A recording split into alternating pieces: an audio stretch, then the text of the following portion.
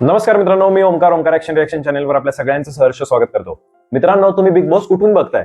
कुठून बघताय म्हणजे शहरातून बघताय, ग्रामीण भागातून बघताय? शहरातून बघताय ना? तर मग बॅगा वगैरे लवकर भरायला घ्या, कारण येणाऱ्या काळामध्ये तुम्हाला काळ्या पाण्याची शिक्षा होऊ शकते, किंवा तुम्हाला उलटी मिरच्यांची धुरी देऊ शकते, किंवा हिंस्र प्राण्यांच्या स्वाधीन केलं जाऊ शकतं.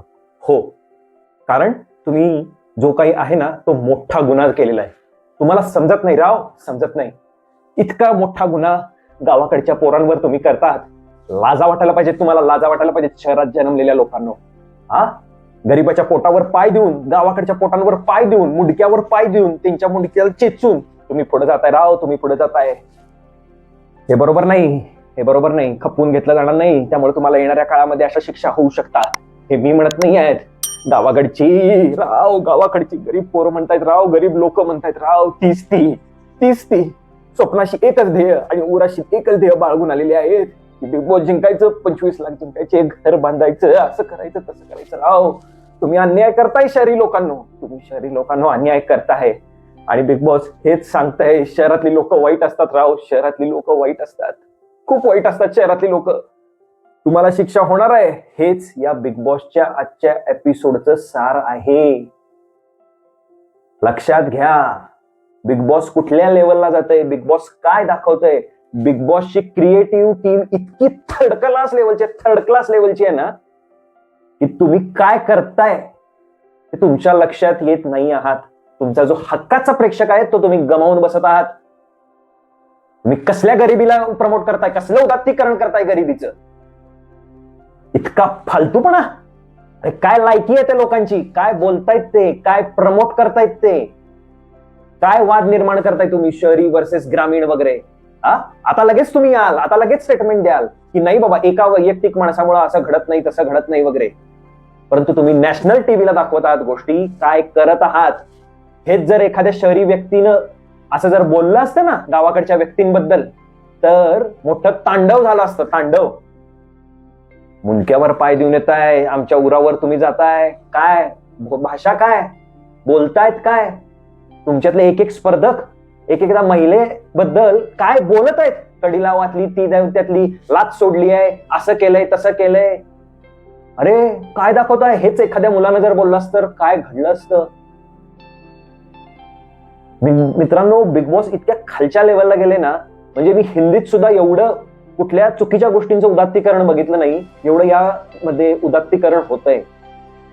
एकदम थर्ड क्लास लेवलचे बिग बॉसची क्रिएटिव्ह टीम. सारांश समजला तुम्हाला. आता तुम्ही बिग बॉस कुठल्या अँगलनं बघायचं, काय अँगलनं बघायचं, ज्याचं त्याने ठरवायचं.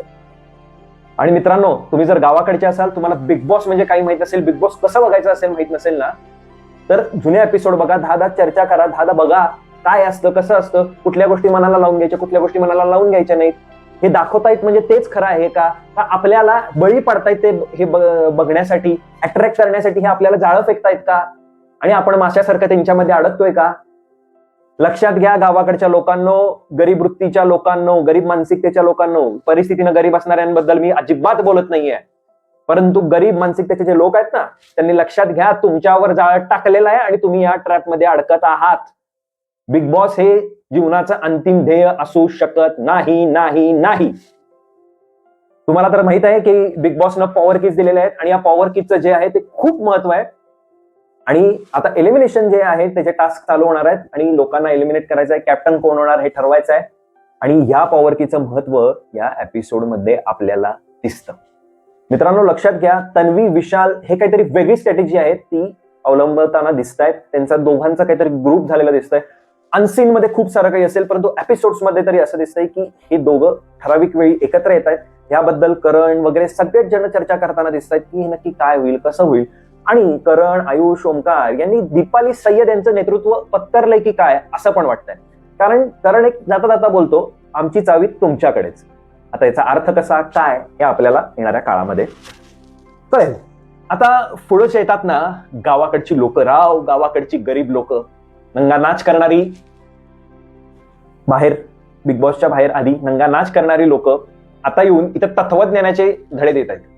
कोण आहे माहिती का याच्यामध्ये? काळू डॉन. सागर कारंडेंना कळालेलं आहे की आपला गेम कसा खेळायचा आहे, कुणाला कसं उचकायचं, कुणाला कसं शांत करायचं, कुणाला काय बोलायचं. तर ते काळूडॉनला म्हणतायत, काय रे मग आता काय पोरगी पटवतोस का नाहीस, मग यातली कुठली पोरगी, यातली कुठली बहीण, यातलं काय त्यातलं काय असं विचारतात. तर तो म्हणतो आपण काही इथे चाळे करायला आलेलो नाहीये. आणि सागरदा काय सांगतो, मी काय नाही, मी तर जिंकायला आलोय, मी असं करायला आलोय, तसं करायला आलोय. दादा चाळे करायला आलो नाही तर मागच्या एक एपिसोड आधी तू गोट्या कसल्या गोट्या कशा खायच्या वगैरे याबद्दल बोलत होतास, आणि आता कशाला तत्वज्ञान सांगायलायस. हा, आणि तुझ्या आधीचे जर व्हिडिओ बघितले ना, तू कोणाला कुठं बसवून घेतलास, कोणाच्या खाली कसा शिरलास वगैरे खूप आहेत, दाखवत नाही तर मी उगाच हे व्हायला नको.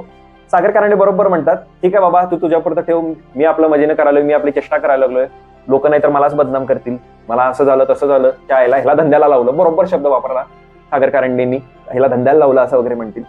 माझ्या मागे येऊ नकोस, तुझं तू बघ, मी काय जे बोललो ते मनाला लावून येऊ नको, एक पप्पी दे झोपी दे, विषय संपला. कारण दीपाली, ओमकार वगैरे हे जण आईवडिलांच्या बद्दल चर्चा करत असतात, मनी कांट बाय हॅपीनेस वगैरे वगैरे, हे सगळं कसं चूक आहे, ऍक्च्युली पैसे मिळाले तरच आनंद मिळू शकतो वगैरे, काही गोष्टी अशा आधीमध्ये दाखवलेल्या खरंच चांगलं वाटतात. यामध्ये कुठलंही असं इमोशनल जास्त अँगल नाही किंवा सिम्पती कार्ड मध्ये मला तर काही दिसलं नाही. आता इकडच्या बाजूला जी काही चर्चा चालू असते ना, यातल्याच एक अशा आहेत की बाहेर खूप मैदान गाजवलेलं आहे यांनी, दिव्या. तर त्या म्हणतात की आपण कसे सगळे मॅच्युअर लोक आलेलो आहोत, आयुष्यातला सगळ्यात मोठं आपण काही केलेलं आहे असं त्यांचा बोलण्याचा हे आहे. तर राकेश बापट याच्यावर खूप सुंदर बोलतात, बिग बॉस मध्ये आलो म्हणजे मॅच्युअर झालो असं काही नाहीये, आणि सगळेच मॅच्युअर ते लोक कशाला घेतील बिग बॉस मध्ये, कंटेंट तर पाहिजे ना. बरोबर आहे. आता पॉवर चेंबर खुलणार आहे. पॉवर चेंबर म्हणजे काय की कॅप्टन्सीचं द्वार जे आहे ते लोकांसाठी उघडणार आहे. पॉवर कीज आहेत त्या कुणाकडे आहेत, जे शॉर्टकटनं आलेले त्यांच्याकडे या पॉवर कीज आहेत. यामध्ये बिग बॉस पहिल्यांदा सांगतात की करण आणि रुचिता आपण या पॉवर चेंबर मध्ये या ठिकाणी एक आहे तो बजर आहे, तो बजर तुम्हाला जो पहिल्यांदा बजर वाजवेल त्याला कॅप्टन्सीची डायरेक्ट उमेदवारी मिळेल, आणि जो बजर वाजवणार नाही, वाजवू शकणार नाही, तो या रेसमधून, कॅप्टन्सीच्या रेसमधून बाहेर पडेल आणि डायरेक्ट इलिमिनेट च्या यादीमध्ये जाईल. म्हणजे धोका आहे, तो या आठवड्यामध्ये बाहेर पडू शकतो.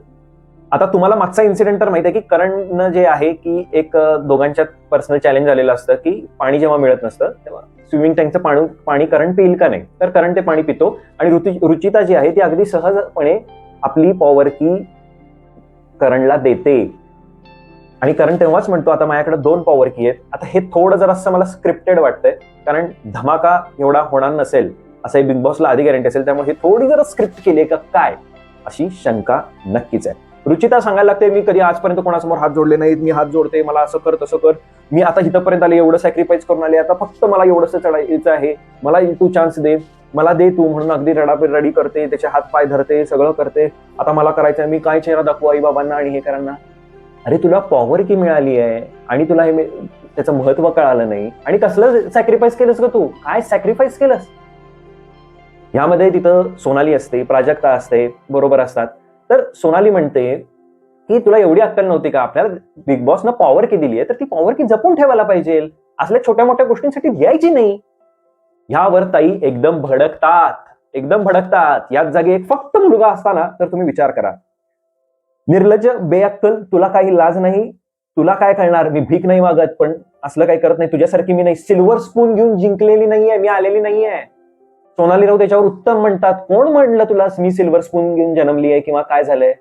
सिल्वर स्पून घेऊन येणाऱ्यांना काही कष्ट नसतात का, स्ट्रगल नसतो का. त्याच्यानंतर त्या म्हणतात तू मला अंडर एस्टिमेट करत आहेस, तुला इमोशन्स नाहीस, तू तोंडावर ते ऍक्टिंग करतेस. हिची फाटलेली आहे, मला फुटेज मिळते बघून, लक्षात घ्या हिची फाटलेली आहे, ही आता तोंडावर आपटेल, मी नाही त्यातली, कडी लाव यातली. हे रुचिता सोनालीला म्हणत आहे, आणि हे सगळं ती शांतपणे ऐकून घेत आहे. मित्रांनो, मी डिटेलमध्ये का सांगतोय माहितीये का, ह्याच जागी एखादा मुलगा असता तर महिलांचा अपमान, महिला संस्कृतीचा अपमान, महाराष्ट्राचा अपमान वगैरे असं बरंच काही आपल्याला ऐकवलं असतं यांनी, राव. पोरग तर ते मेलच असतं कंपनीत, त्याला चेचला असता. हे चालतं महिलांना म्हणलेलं काय नक्की प्रमोट काय करायचं बिग बॉस हे ठरवा तुम्ही. प्रमोट काय करायचंय ना हे ठरवा. मग लक्षात घ्या, एखाद्या मुलानं जरी असं मुलीला बोललं तरी तुम्ही ऍक्सेप्ट करायला पाहिजे, किंवा एखाद्या मुलीने जरी असं मुलाला बोललं तरी तुम्ही ऍक्सेप्ट करायला पाहिजे.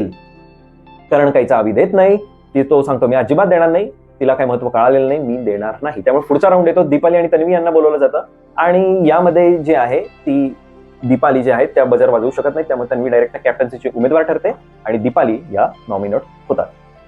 आता विशाल, तन्वी यांची परत कॅप्टन्सी बद्दल चर्चा वगैरे जे काही आहे त्यांची गूढ चर्चा चालू आहे. म्हणजे कुठे ना कुठेतरी काहीतरी पाणी शिजतंय या दोघांमध्ये, ते दिसतंय. एवढं सगळं वादंग झालेलं आहे रुचिता सोनलमध्ये, परंतु सोनल खूप शांत आहे राव.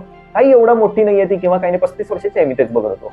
ती सगळं शांतपणे सांगते की हे बघ, मी बिग बॉस वगैरे सगळं बघून आले असले तरी मी तुला एक समजून सांगते की नाही, एवढं कुणाला फाट्यावर मारायचं नाही, किंवा एवढं एक्स्ट्रीम लेवलला जायचं नाही. जे होतंय ते शांतपणे करायचं. तरी या ताई म्हणतात तू ऍक्टिंग करतेस वगैरे. नाही मित्रांनो, थोडं समजून घ्या. माहित आहे तिला, सोनल राऊतला थोडा ऍडव्हान्टेज आहे, परंतु लक्षात घ्या, ह्याच्यावर सागर परांडे पुढे काय म्हणतात ते तुम्ही लक्षात ठेवून ऐका, की बिग बॉस म्हणजे असं नाही, बिग बॉस म्हणजे तसं सुद्धा नाही. लक्षात घ्या. पुढं करण आणि प्राजक्ता यांना बिग बॉस सांगतात की तुम्ही आज जावा. ह्यामध्ये करण जे आहेत यांना समजलं का नाही असं मला थोडं वाटतं. आता नंतर सगळेजण म्हणायला लागले की तो पण म्हणायला लागला मी जरा थोडी स्ट्रॅटेजी केली, मी असं केली तसं केली. तो थोडं स्वतःला जे आहे ना ते एकदम ओव्हर स्मार्ट समजायला लागलाय. बिग बॉस तुम्हाला 2 मिनिटात खाली उतरवू शकतात. बिग बॉस तुम्हाला 2 मिनिटात खाली उतरवू शकतात. आणि करण नंतर सांगतो नाही माझ्याकडे 2 पॉवर की होत्या म्हणून मी तुला दिला चान्स वगैरे, असं झालं तसं झालं. अरे तुझ्याकडे 2 पॉवर की होत्या, तुला आणि एक ऍडव्हान्टेज मिळाला असता ना, आणखीन एक ऍडव्हान्टेज मिळाला असता. उद्या हीच एक पॉवर की जर कुणी पळवून नेली किंवा काय केली तर तुम्ही काय करणार? कारण बिग बॉसने सांगितलेलं ही किल्ली जबाबदारी आहे तुमची जपून ठेवायची. तर ते तुम्ही ठरवा कशी जपून ठेवायची किंवा काय करायची, लक्षात घ्या. त्यामुळं करण थोडं चुकीचा वागलाय असं मला तरी वाटतं. आणि यामध्ये सोनाली, प्राजक्ता आणि तन्वी या सेफ झालेल्या आहेत. या कॅप्टन्सीच्या उमेदवार आता असणार आहेत. प्राजक्ता मस्त गाणं म्हणते, तुझं मागतो मी आता, आणि सगळेजण जे आहेत ते झोपी जातात. कारण या ठिकाणी नवीन काही दिसतच नाहीये. एक तर झोपणं, खाणं, पिणं, नवीन काहीतरी स्ट्रॅटेजी करतायत, नवीन काहीतरी वेगळं करतायत, काही नाही. मित्रांनो, याच्यानंतर येतात गावाकडची पोरं. मित्रांनो, गावाकडच्या पोरांचं काय सांगायचं असतं. गावाकडच्या पोरांना, त्यात आणि गरीबाची असली तर तुम्ही विचारू नका, गरीबाची असली तर विचारू नका. गावाकडच्या पोरांना जे आहे ना ते 2 वेळा खायला लागतं, 2 वेळा जायला लागतं, कष्ट करावे लागतात, पैसे मिळवावे लागतात. परंतु हेच शहराकडची पोरं शहराकडची पोरं, त्यांना खायला लागत नाही, हागायला लागत नाही. सगळं जे आहे ना ते सगळं ऑटोमॅटिक होतं. पैसे पण डायरेक्ट बँक खात्यात जमा होतात, कारण ते शहराकडचे असतात. शहराकडचे. गावाकडच्या पोरांचं असं नसतं गावाकडची पोरं गावाकडची पोरं. अरे झाट्यांनो, तुम्हाला गेम कळत नाही हे सांगा ना, कशाला उगाच रडताय? गावाकडची पोरं गावाकडची पोरं. तथाकथित गरीब गावाकडचे रोशन जे आहेत ते तिथं आहेत, आणि त्यांच्याबरोबर ते काळू डॉन गरीब पोरगा आहे तिथं. ते सांगतायत की ही शहरातली लोक आता एकत्र झालीत, आपण कसं वेगळी लोक आहोत, आपण वेगळं राहायला पाहिजे, आपण हे करायला पाहिजे, आपल्याला एसी सोसवत नाही, आपल्याला कसं गावाकडचं राहायला बरं आहे हे सगळी शॉर्टकटची जिंदगी जगून आलेत ह्यांचं काय, आपण कसं गावाकडचं आपण गावाकडचं. याच्या पुढचं जे आहे ना खूप मोठं वाक्य आहे शहरातली जी लोक असतात ती दुसऱ्याच्या पोटावर म्हणजे गावाकडच्या पोटावर पाय देऊन मोठी होतात. अरे बाळ, आम्ही असले नाही तुमच्यासारखे. आम्ही शहरातले आहोत, आम्ही कष्ट करतो, आम्ही सगळं कमवतो. हे तुमच्यासारखं नाही सारखं रडगाणं घेऊन. आणि मी असल्या लोकांना गरीब कधीच म्हणत नाही, मी असल्या लोकांना तद्दन भिकारी म्हणतो. भिकारी भिकारी भिकारी भिकारी. हे भिकारीच लोक आहेत जे रडून रडून भीक मागतायत. गरीब जे असतो ना तो गरीब कष्ट करतो, मोठा होतो. अरे तुम्ही आलाय ना, कष्ट केलाय ना, होता ना इतके दिवस गरीब बाहेर, कष्टानं आलाय ना इथंपर्यंत, उपभोगा की सुख. तुम्हाला सुख उपभोगता येत नाहीये ते सांगा ना, तुम्ही दुसऱ्याला कशाला नावं ठेवताय. मी कालच तो मुळशी पॅटर्न पिक्चर बघितलाय ना तुम्ही, त्यात तो ओम भूतकर म्हणतो की मित्रांनो आम्हाला पैसा दिला, सगळं दिलं, पण पैसे वापरायची अक्कल दिली नाही अरे तुम्हाला दिलंय देवानं, देवदयेनं तुम्ही एवढ्या मोठ्या शोवर आलेला आहात, कष्टानं सगळं केलेलं आहात, खेळात सहभागी व्हा, बोला, चर्चा करा. किती दिवस भिकाऱ्याची ही तुमची स्टोरी ऐकवणार आहात. माझा गरीब परिस्थितीला अजिबात विरोध नाही. प्रत्येकाची गरीब परिस्थिती कधी ना कधी तर येऊन गेलेली असते, मी सुद्धा अनुभवलेली आहे. माझा विरोध जो आहे तो फक्त आणि फक्त भिकारीपणाला आहे. आणि तुमच्याकडनं जरी असे वन साइडेड रिव्ह्यू माझ्याकडनं अपेक्षित करत असेल तर बघू नका. जे माझे फक्त 100-200 लोक व्हिडिओ बघतात ना ते माझ्यासाठी योग्य आहेत. गरज नाही मला दुसऱ्या कोणाची. पुढे जे येतात तन्वी जे आहेत ते कॅप्टन्सीसाठी सगळ्यांना आवाहन करतायत की मला तुम्ही कॅप्टन बनवा. सागर आहेत, सचिन आहेत, यांना सांगतायत. यावर सागर कारंडे खूप चांगलं सांगतायत की बिग बॉस शो म्हणजे हा रडारड, आदळआपट, विनाकारण भांडणाचा नाही आहे. तन्वी, तू खूप चांगली खेळती आहेस, परंतु तू उगाचच सोनल बरोबर वाद घातलास आणि तिला फुटेज मिळवून दिलं. तेव्हा तन्वी सांगते, तुम्हाला काय कळतंय, बिग बॉस म्हणजे खेळ असाच आहे. सागर कारंडे म्हणतात, बिग बॉस म्हणजे खेळ असाच आहे, असं काही ठरलेलं नाहीये. बिग बॉस खेळ हा तसाच आहे असं पण काही ठरलेलं नाहीये. थोडं वेगळ्या अँगलने घे, थोडं शांतपणे घे.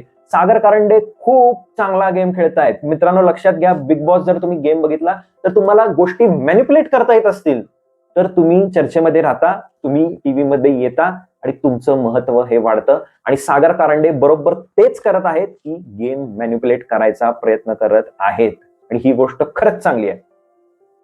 तिकडं पुढे जे आहे ते प्राजक्ता, सचिन यांचं गाण्याचं कायमच चालू असतं. प्राजक्ताचा आवाज चांगला आहे. सचिन यांचं पण मला जे अहिराणी आहे ना, देख तुनी बायको माझी नाचे राणी, ते म्हणजे जे अहिराणी जसं गाणं आहे तशी यांची पण गाणी आहेत. मला आता ते एकदम शब्द बोलता येणार, मला ते खूप गाणं आवडतं. तर अशा प्रकारची जी गाणी असतात ती खूप मला आवडतात, त्यांची बघायला खरंच मजा आहे. यानंतर पुढे जे आहे ते बिग बॉस म्हणतात की आता आपल्याला बाहेर काढण्यासाठी लोकांची यादी करायची आहे. मग आपण पतंगांचा गेम खेळूया. ज्यांचा पतंग तुम्हाला कापायचा आहे त्यांचा शिक्का मारा, त्याचं कारण सांगा आणि तुम्ही पतंग कापा. आणि हे कोण करणार? प्राजक्ता, तन्वी आणि सोनाली, शॉर्टकट वाले मेंबर. हे तिघच जण जे आहेत ते ठरवणार की कुणाला बाहेर कसं काढायचं, काय करायचं ते. आणि जे ऑलरेडी तिघं नॉमिनेट झालेले आहेत म्हणजे इलिमिनेशनसाठी, म्हणजे करण, दीपाली हे जे आहेत आणि रुचिता, हे ऑलरेडी आहेतच 3, आणि ही आता 6 जण येणार. प्राजक्ता ज्या आहेत, प्राजक्ता म्हणतात की आता मी कुणाला नॉमिनेट करू, कसं करू, काय करू वगैरे. यामध्ये त्या प्रभूचं कारण सांगतात, ते सरळ सांगतात की हा थोडा वीक आहे, टास्क समजायला त्याला कोणाची तरी जबाबदारी घ्यावी, म्हणजे मदत घ्यावी लागते वगैरे. आणि हे जे काही आहे ते मी प्रभूचं नाव नॉमिनेट करते. लगेच मागं म्युझिक येतं, गरीबाचं लय, गरीबाचं पोरग. नंतर दुसरं कोणाचं नाव द्यायचं ह्यासाठी त्या कन्फ्युज असतात आणि चुकून बोलतात. मी चुकून म्हणतोय, त्यांनी ऍक्च्युली बोलायला नको पाहिजे होतं. त्या म्हणतात की सचिन कुमावत. सचिन कुमावत हे पण कुठे दिसत नाहीयेत, काय नाहीये. बोलून घाण केलेली आहे प्राजक्ताने या ठिकाणी, तिने बोलायला नको पाहिजे होतं. नंतर ती म्हणते शिफ्टेड टू अनुश्री. अनुश्रीचं कुठेहीच काम दिसत नाहीये, नो इन्व्हॉल्वमेंट. तशी अनुश्रीची वाटतच नाहीये की ती पुढं फ्रंटला येत आहे. परंतु या सगळ्यामध्ये मला एक कळत नाहीये, एक ते ढवळ्या पोळ्या आहेत, ओमकार आणि दुसरा आयुष संजीव. ही ढवळ्या पोळ्या कुठंच नाही आहेत आणि प्राजक्ताला हे दिसले नाहीत या 2 व्यक्ती कुठे आहेत. म्हणजे मला असं वाटतं की भविष्यात जाऊन कुठं पैलवानकीचा राडा वगैरे असेल किंवा काही मेहनतीचा टास्क असेल तर ही दोघं उपयोगी येतील म्हणून यांना सेव्ह करतायत का काय असं वाटतं. पुढे तन्वी येते. तन्वी मला जरा थोडी मॅच्युअर असल्यासारखी वाटते का काही बऱ्याच वेळा, नाही, ती अगदी अशी उभारून सांगत असते की जी काही आहे ती मी अशी आहे आणि मला नॉमिनेट करायचं आहे दिव्याला. दिव्या खेळत नाही, तिचं इंटरॅक्शन नाही आणि बाहेरच्या खूप गोष्टी करते परंतु इथल्या गोष्टी करत नाही. बरोबर, हो, तिचं तेच आहे. अजून ती त्यामध्येच अडकलेली दिसते की मी आंदोलन केलं, मी असं केलं, तसं केलं. मी अनसीन मधले पण 1-2-4 शॉट बघितले तर त्यामध्ये पण तसंच आहे. ती यामध्ये अजून आलेली नाहीये. तर दिव्याने यायला पाहिजे. तिचं जरा बोलण्याची शैली चांगली दिसते. ती जर आली तर जरा तन्वीला वगैरे कॉम्पिटिशन फाईट होऊ शकते. याच्या पुढे याच्यानंतर दिव्या सुद्धा हे करते, मी टास्क करत नाही वगैरे असं काही नाही, मी माझा ओपिनियन दिला, मला सुद्धा हक्क आहे, मला सुद्धा असं आहे तसं आहे. जे बाहेर आंदोलन करताना जसे शब्द वगैरे भाषा वापरते तशीच ती सेम इथं वापरते आहे. सगळं सागर येतात. सागर कारंडेंचं जे आहे ते तन्वी नाव नॉमिनेट करते. ती म्हणते की त्यांना चूक बरोबर अजून काहीच कळत नाहीये, ते उगाच उड्या मारतायत, तिकडं जा तिकडं जा. त्याच्यावर सागर कारंडे मध्ये बोलायला येतात. तेव्हा ती म्हणते मी बोलतीये ना तर तुम्ही बोलायचं नाही. तर सागर कारंडे सांगतात तुझं झालं की मला सांग, मी बोलतो. तिचं झाल्यावर सगळं जे आहे ते सागर कारंडे आपल्याला डिफेंड करायचा प्रयत्न करतात. तुम्ही मला टास्क मध्ये आजपर्यंत दिलंच नाही तर मी काय करू म्हणलं, आणि मी चूक आणि मी बरोबर काय आहे म्हणजे तुम्ही काय सांगताय. मी फक्त असं म्हणतोय की आरडाओरड करणे, आदळआपट करणे म्हणजे बिग बॉस नाही. आपण वेगळ्या मार्गाने सुद्धा बिग बॉस खेळू शकतो. सागर कारंडेंचं यामध्ये काहीच चूक नाहीये. म्हणजे काही जण आता लगेच सागर कारंडेंना विलन ठरवायला लागले की तुम्ही आधीच तर म्हणत होता 10 मिनिटापूर्वी की आदळआपट करू नकोस, आवाज वाढवू नको, हे करू नको, आणि आता तुम्ही तेच करताय. नाही, सागर कारंडे स्वतःला डिफेंड करतायत. उगाच कुठल्याही विनाकारण गोष्टीमध्ये पडून ते मत मांडत नाहीयेत किंवा उगाच आवाज वाढवून बोलत नाहीयेत. ती तन्वी आणि सागर यांच्या विरोधातली म्हणजे एकमेकांच्या बरोबरची गोष्ट होती म्हणून सागर कारंडे बोलतायत. जर तुम्हाला समजतच नसेल किंवा तुम्ही एखाद्याला विलन ठरवायचं म्हणूनच आला असाल तर तुम्ही कोणालाही विलन ठरवू शकता. यापुढे सोनाली येतात. लक्षात घ्या, खेळाचा अनेक खेळ खेळल्याचा त्यांना ऍडव्हान्टेज आहे. सोनाली येतात आणि सांगतात की राधाचं काही कॉन्ट्रीब्युशन नाहीये, ती माझ्यासाठी जेवण करते, आता मी स्वतःच्या पायावर कुरण मारून घेतली आहे, परंतु ती बोलत नाहीये, तिला बोलायला चान्स मिळाला पाहिजे. ती प्रेशर पुढे जाऊन हँडल करेल का नाही काही सांगता येत नाही, आणि तिनं ओपन अप व्हायला पाहिजे. बरोबर आहे, सोनाली चांगलं सांगते, त्याच्यावर राधा पण तिचं माझं असं माझं तसं, हिला काय माहिती तिला काय माहिती, तिचं ते नेहमीच चालू झालं.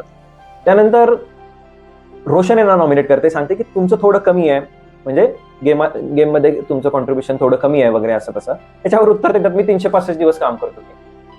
सोनाली तेच म्हणते, अहो तुम्ही 365 दिवस काम करता, आम्ही कुठं नाही म्हणलंय, पण हिथं गेम दाखवणार आहोत, हिथं खेळणार आहोत तुम्ही. सोनाली म्हणते की बिग बॉस हा गेम आहे, हा इथं येऊन तुम्ही खेळा, इथं येऊन तुम्ही बोला, तर तुम्ही पुढे येणार आहे. आणि खूप चांगलं काम केलंय सोनालीनं. आता हे या गरीबाच्या पोरांना समजायला पाहिजे की ती तुमच्या चांगल्यासाठी करत आहे, आणि तिनेच आता तुम्हाला ओपन अप केलं म्हणून तुम्ही वाचताय, नाहीतर तुम्ही असंच झोपी जाल, तुम्हाला समजणार पण नाही, आणि बिग बॉस पण म्हणतील चला घरला. ह्याच्या आता लक्षात घ्या, नॉमिनेट कोण कोण झाले: प्रभू, अनुश्री, दिव्या, सागर, राधा, करण, दीपाली, रुचिता आणि रोशन. हे ह्यांचे पतंग कापलेले आहेत, त्यामुळं हे सगळे जण आहेत ते नॉमिनेट आहेत. तुम्हाला जर वाटत असतील यातलं कोण वाचावं तर वोटिंग करा. वोटिंग बिटिंगला काही अर्थ नसतो, त्यांना ज्यांना बाहेर काढायचं ते बाहेर काढतातच. खरं करा तुमच्या पण मनाचं समाधान, बिग बॉसच्या मनाचं पण समाधान करा, वोटिंग काय असेल ते. रुचिता जी आहे ती पण म्हणते की माझी कमजोरी बघून जे आहे ते सगळेजण असं करतायत, माझी ही कमजोरीच आहे, मी एखाद्यावर विश्वास टाकते, हे करते ते करते, सगळेजण तिला तेच सांगतात. हा खेळ आहे, तू खेळासारखं वाग ना, तू बाहेर मस्त काही करत असशील, काही नाही, आणि स्वतःच वर म्हणते तुम्ही बाहेर काय उकडले ह्याला काही अर्थ नाही, इथं येऊन तुम्ही काय करताय याला महत्व आहे. हा तिचा दिव्याला डायलॉग असतो. बरोबरच आहे, तुम्ही बाहेर काय उकडताय तेच काय नाही, हा गेम आहे, हा गेम आहे, खेळा, भांडा, सगळं करा, वादविवाद करा, नंतर माणूस म्हणून एकत्र राहावा, बाहेरच्या गोष्टी बाहेर ठेवा, घरातल्या गोष्टी घरात ठेवा, कशाला काय करायला लागतं तुमचं. आणि ह्याच्या पुढे जे आहे ते सोनाली सुद्धा रोशन यांना समजावून सांगितलेलं असतं, परंतु त्या रोशनला काही वेगळंच आहे. ती सोनाली रामदास म्हणे, अरे तुला मराठी तरी वाचता येते का नाही, गरीबाचं पोर, वाचना जाऊन तिथं सोनाली राऊत, का ते पण येत नाही. खरं बोलताना विचारायचं ना, बाबा मला वाचता येत नाही, यांचं आडनाव काय, उगाच सोनाली रामदास आणि काही गरीबाच्या लेखांना काही केलं तर चालतं राव. ह्या पुढे जे आहेत ते तन्वी, राधा वगैरे यांचं चांगलं असतं बोलणं की आयुष, ओमकार काय करतायत ते दिसतच नाहीत कुठं, आणि त्यांना तुम्ही नॉमिनेट का करत नाही. त्या प्रभूला तुम्ही का नॉमिनेट केलं, प्रभू वाचणार, प्रभूचं फॅन फॉलोइंग खूप आहे, अहो वाचणार होतो, वाचणार, त्याला पुढेपर्यंत ठेवणार, गरीबाचं लेख आहे, गरीब मास पब्लिक त्यांना अट्रॅक्ट करायचं आहे, त्यामुळे तो खेळला काय नाही खेळला काय, त्याला काही झालं काय, त्यांना काही फरक पडत नाही, बिग बॉसला त्यांना मास पब्लिक अट्रॅक्ट करायचं आहे. आता लक्षात घ्या, राधा पाटील एक सोनाली यांच्याबद्दल बोलतात की ह्या महाराणी आहेत, यांना सेकंड टाइम चान्स दिलेला आहे बिग बॉसनं, ही बाहेर अंडी खात होती काय, हे खात होती काय, काय टिप्पणी करताय राव तुम्ही, बिग बॉस चालतं का राव. हेच पुरुषांना एखादा बोलला तर बाबा महिला आयोगापर्यंत गेली असती ही केस, शक्य नाही. त्यानंतर दिव्या रात्रीमधनं सुटतात, त्यांना वाटतं की आपण आव्हान करावं, ते आव्हान करतात बिग बॉसला, बिग बॉस असं तसं मला वाचवा, हे करा ते करा, म्हणजे जे काही असेल ते बोलतात.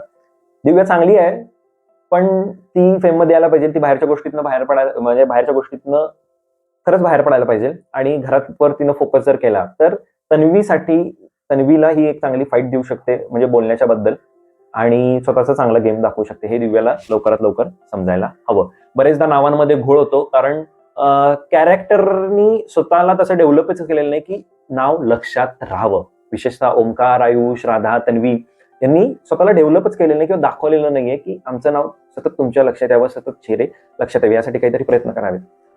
परंतु एक गोष्ट बिग बॉस लक्षात घ्या, खूप चुकीचं तुम्ही गोष्टी प्रमोट करत आहात, आणि जे काही दानुबे प्रॉपर्टीज का काय आहेत, लक्षात घ्या, दानुबे प्रॉपर्टीज का काय, बिग बॉस यांनी तुम्हाला मस्तपैकी चुना लावलेला आहे. तुम्ही दुबईतली घरं विकत आहात, परंतु बिग बॉस ज्यांना अट्रॅक्ट करत आहे त्यांची झोपडपट्टीमध्ये सुद्धा राहायची लायकी नाहीये. त्यामुळं तुम्हाला बिग बॉसनं चुना लावलेला आहे, एवढं लक्षात घ्या. आणि पुढे स्पॉन्सरशिप द्यायची नाही द्यायची, काय करायची, हे तुम्ही बघा. व्हिडिओ आवडल्यास लाईक करा, शेअर करा, चॅनलला सबस्क्राईब करा. महत्वाचं म्हणजे माझ्याकडनं कुठलीही वन साइडेड रिव्ह्यू किंवा गरीबाचं लेकरू म्हणून प्रमोट करा वगैरे असलं काही होणार नाही. माझी व्हिडिओ बघायची असली बघा, बघितला नाही तरी मला काही फरक पडत नाही. तोपर्यंत धन्यवाद.